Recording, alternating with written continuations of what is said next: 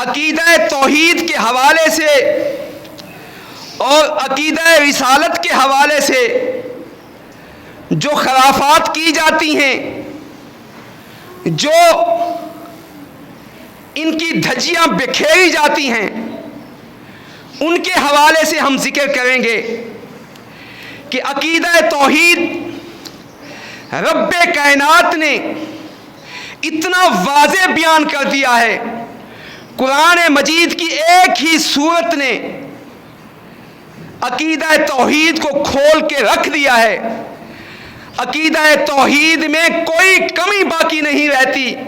اگر کوئی مسلمان، کوئی ایماندار اس ایک چھوٹی سی سورت کو توجہ کے ساتھ پڑھ لے اور اس کا معنی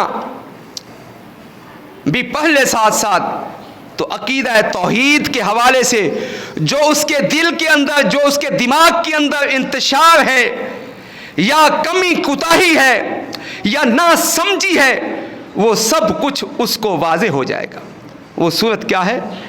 اس سورت کو الاخلاص کہتے ہیں، اور اس کا دوسرا نام کیا ہے؟ سورت توحید۔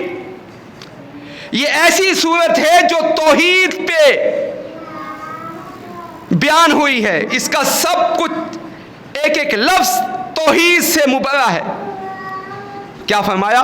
اللہ رب العالمین فرماتے ہیں قل هو اللہ احد، کہہ دیجئے اے پیغمبر اللہ ایک ہے، اللہ الصمد، اللہ بے نیاز ہے، لم یلد ولم یولد، نہ تو اللہ کی کوئی اولاد ہے نہ اللہ کسی کی اولاد ہے، ولم یکن لہ کفوا احد، اور اللہ کا کوئی بھی ہمسر نہیں ہے۔ اندازہ کیجئے